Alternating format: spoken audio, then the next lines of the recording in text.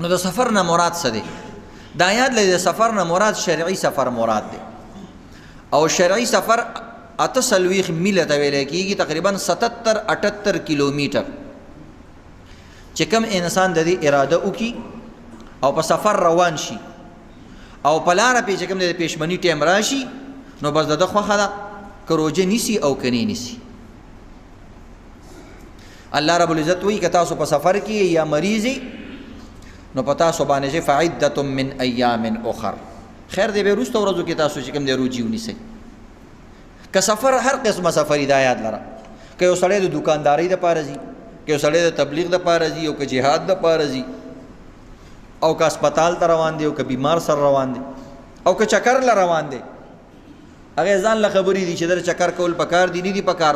خو روژه کې الله رب العزت چې کوم دی د سفر په حالت کې که جاز کې سفر کوي او که په ریل کې سفر کوي او که د اے سی ګاډي کې سفر کوي، الله رب العزت د طرف نه دا امت ته اسانیانې دي. بعض وخت یو پیکیج راشي که نه، څوک جومات ته یا مدرسې ته څیز راوړي هر چا لی ورکوي، بعضې د زکات څیز خاص غریبانانو لی ورکوي، بعض وی راشي ټولو چې کوم دی روژهدارو له خلک څیز ورکوي. نو دا داسې د الله د طرف نه عمومي پیکیج دی، هر چا ته چې سفر کوي دا حاصلېږي. په دې کې خاص کس نه دی چې دا داسې دی، دا بوډا دی، دا ځوان دی، یو الګ دی هم روژه نه نیسي په سفر کې. خو الله رب العزت وایي وان تصوموا خیر لکم. خو که دلته ونیوله نو دې باندې زه ډېره زیات خوشحالېږم چې ځکه تا روژه هم ده، تکلیف دی، ورپسې سفر هم دی، او ته بیا هم روژه نیسي، نو دا ډېره غوره ده.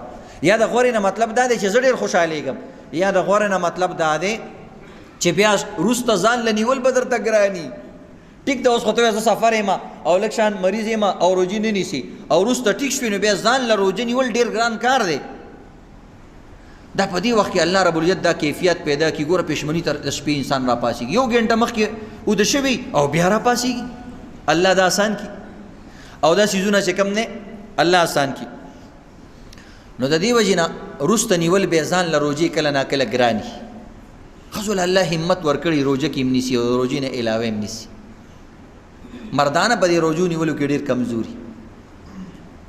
نو بهرحال عزتمندو چې سفر شرعي د چا وي، خو داسې نه چې مثلا اوس روژه نیولې ده انسان او د غرمې مونځ نه بعد روانېږي او د مخکې نه ورته ښه مزېدار سهار نه روژه نیولې ده او دلته چې کوم دی د غرمې روټۍ خوري، یار وایي سفر باندې روان یم چېرته په لار وږې نه شمه. نه، که دلته دې روژه ماته کړه بیا به د دې په عوض کې 2 میاشتې روژې نیسي.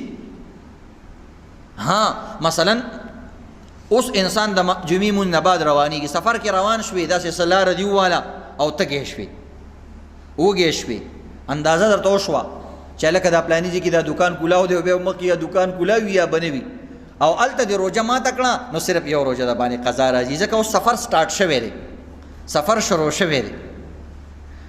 نو د سفر نه به مخکې نه ورته روژه نه ماتې. که بالفرض چاته انتهایی ډېر ضرورت وي نو بیا د شروع نه د سره روژه نیسي نه، چې ځکه چې یو ځل دې ونیوله نو بیا نه دي ماتول پکار. په سفر کې هم نه دي ماتول پکار، خو که ضرورت راپېښ شو او اوږې شوي تږې شوي نو خیر دی، بیا د باندې کفاره نشته.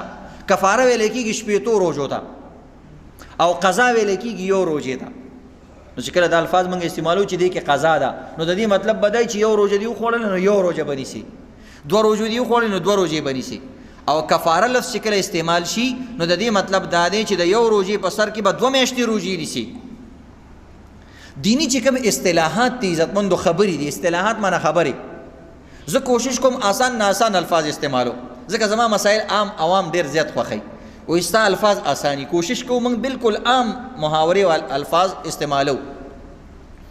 خو بیا هم عزتمندو کله ناکله یو لفظ موږ نه ګران ادا شي، نو تاسو لم پکاري لږ لږ زده کړه د دین شروع کوي. کفاره څه ته وایي، فدیه څه ته وایي، قضا څه ته وایي، دا بعضې څیزونه مسلمانانو له یادول پکار دي. دا زمونږ دینی اصطلاحات دي، دینی خبرې دي زمونږ. نو چې کوم انسان دغه رنګې سفر کوي نو سفر کې الله رب العزت د طرف نه، خو د دې مطلب دا دی بعض خلک وایي سفر کې روژه معاف ته، نو د معاف مطلب دا نه دی چې ټول عمر له معاف ته، وروسته به یې نیسي، وروسته به روژه نیسي.